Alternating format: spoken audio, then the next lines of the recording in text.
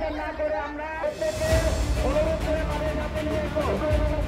আমি আবারও বিশ্বাস করে বলছি, আপনারা যারা